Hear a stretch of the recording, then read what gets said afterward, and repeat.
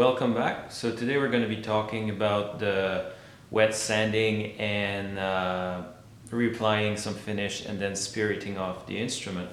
So right now, like, I have like little bumpy ridges that I can feel, and they're really hard to see, but I'll try to show you on this shot here. I don't know if you can notice with the light, there's it's almost like orange peel, but not quite orange peel. So I can barely feel it with my fingers, but we're gonna have to knock those down. So what I'm gonna be using is some wet and dry sandpaper. This one is 600, and I'm gonna be sanding the whole surface everywhere until there's no more shine. And like, basically, if there's still shine, that means that we haven't quite got to the thickness of the protruding part. So when I'm done with the 600 and I've got that finish, I'm gonna go back with the 1200, and then we'll be able to go back to the French polishing session. So I'm not gonna use water, I'm gonna use some oil. So it's the same oil I used before, and what I'm doing is I'm gonna apply a thin layer.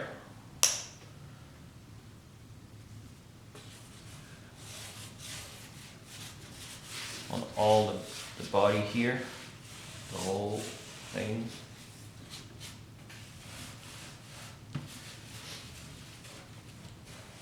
Then you can either go with your hands and the sandpaper, like such. Get some scrub towels. So you can either go with the paper and sand with the paper. It works well when there's curves, like on the top, on the arch top. I'm going to be using that. But here I've got a little, it's a piece of 3/4 inch plywood that I cut, like it's about 1.5. I'm going to use that to keep a straight edge on the whole thing.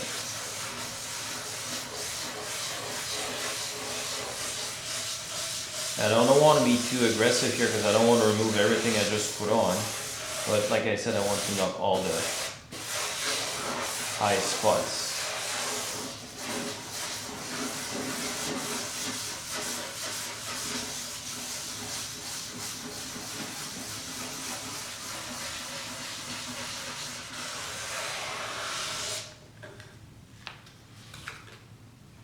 Then with a rag I can go over and see.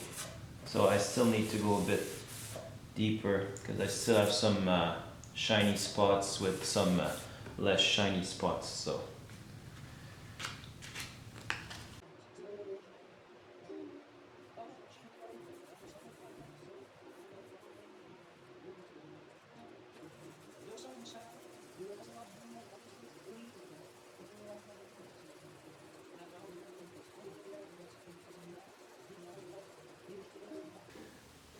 I just spent a couple hours going around and sanding everything, and I can't, to the touch, like sometimes your eye is tricking you, and like to the touch I can't feel anything other than the oil residue. So even though I went over the instrument and I took this rag, I used the same rag for the whole instrument to remove the excess oil.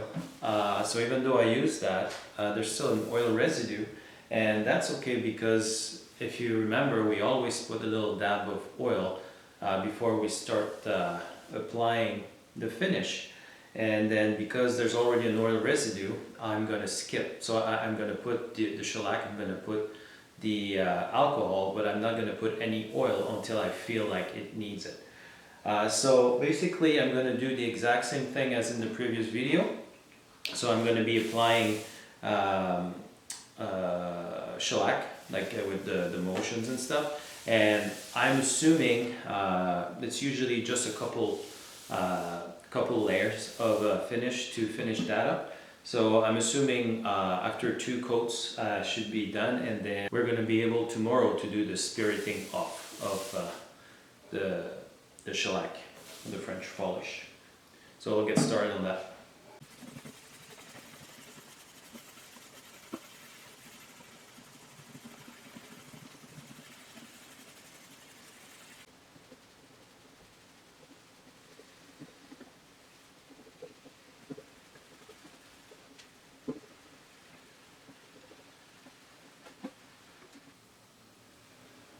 So I've applied the 2 coats of shellac here, and then I'm going to let it gas off again because I'm not going to put any more than that.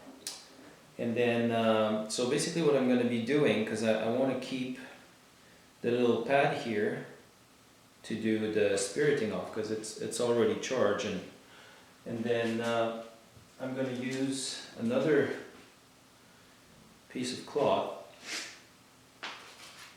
I don't want it too big.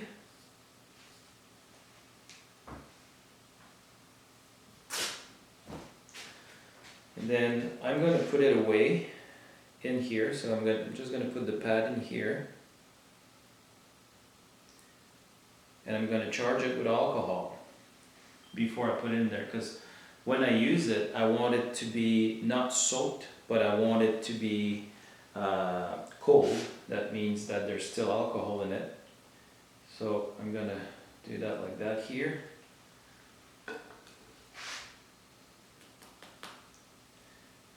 Then tomorrow I should be ready to use. So we're the next day, and so this is my my little pad that I charged yesterday with alcohol. And when I look at it today, I want to make sure it's not wet.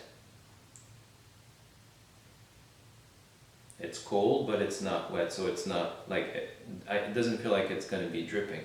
I also changed the shape of the pad inside before I put it away yesterday, and it's more onto a pointy shape now, so I'll be able to access all the other little bits that were a bit harder to access. So what I'll do is just put a few drops of alcohol right now.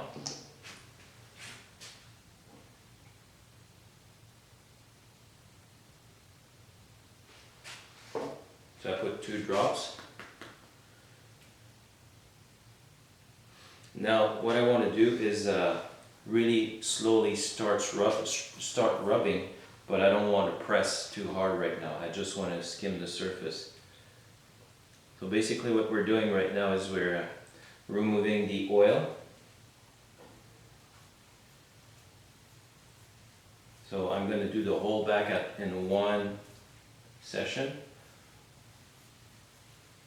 Then at some point it's going to get harder to move the pad on it, so I'm going to have to increase the speed and the pressure that I'm putting until it becomes easy again.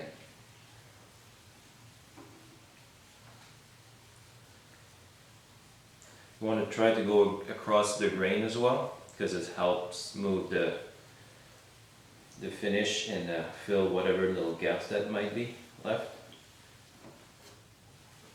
If you need to stop again, you go off the side. You don't have to do like without stopping, like you can actually stop.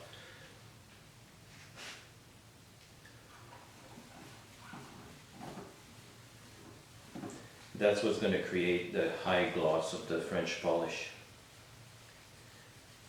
So take your time, make sure you're aware of what's happening with the amount of friction you have.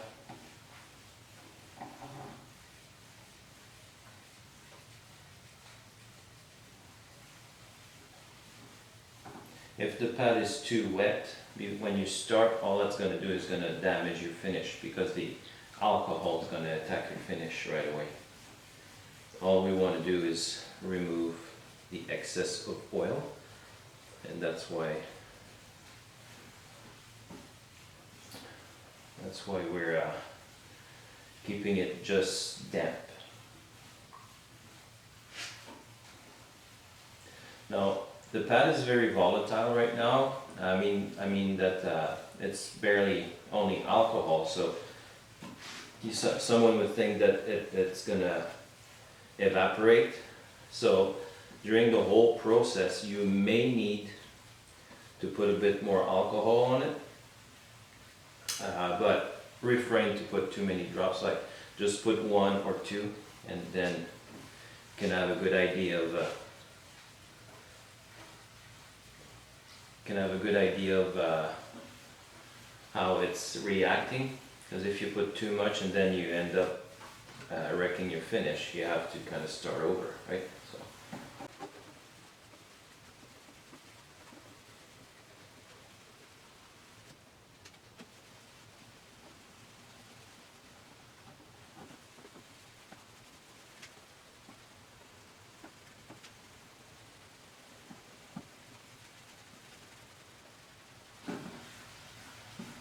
So now my pad is starting to feel a bit, I feel like a little bit more resistance.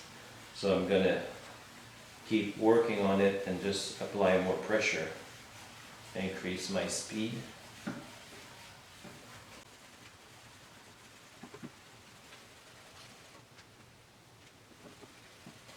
This thing is really hard to do if, the spiriting off is really hard to do if you have a brand new pad. So it's always better to use the pad that you used for your bodying sessions.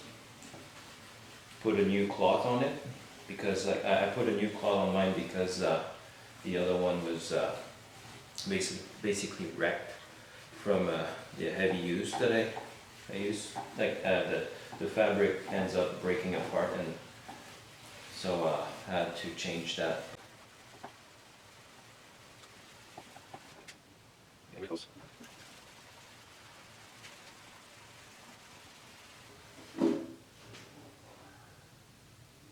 And when you're done, you do a top to bottom in the wood grain, with the grain.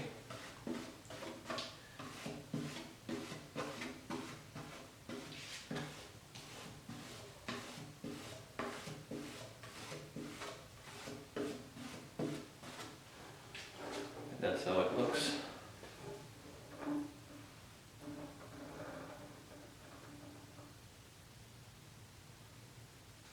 So I'm gonna continue with the sides, and I don't know if you can see, but I created like, I basically took apart my pad inside and created more of a pointy shape to it, and that's gonna allow me to get by close to the neck and around the fretboard, instead of having two different types of pads like when I did the French polish. So basically all I'm doing here is the same thing. Start with a low pressure. I didn't add any more alcohol. I don't feel like I need to at this point. Just removing the oil. So that covers the steps missing to finish the French polish. So we wet sanded, we reapplied shellac, and then we spirited off the whole body of the instrument. At this point, it's not behind me anymore. It's in the house. It needs to stay that way for 3 days before I put anything on it, so any hardware in it, anything. So for 3 days it's gonna harden in the house. Next time we have a video on the octave mandolin, it's gonna be pretty much the whole assembly. So putting back all the hardware, putting the nut back on, cleaning up the fretboard and oiling the fretboard and all those kind of stuff. I will also try to play a bit of music for you guys on it, so you have an idea of how it sounds. I'm no musician. I do play a bit for fun, but I'm not very good. Like I wouldn't go on stage, let's put it that way. But I will try to get Barry, the owner of the octave mandolin, to play something, and I'll try to record it for you guys to hear it, because Barry's a very accomplished musician. He's a recording artist. He does soundtrack for movies. So he's somebody that's going to be able to give us a good idea on how this instrument sounds like in the hands of a true artist. So I want to thank you guys again for stopping by and watching this video, and until next time, I wish you well.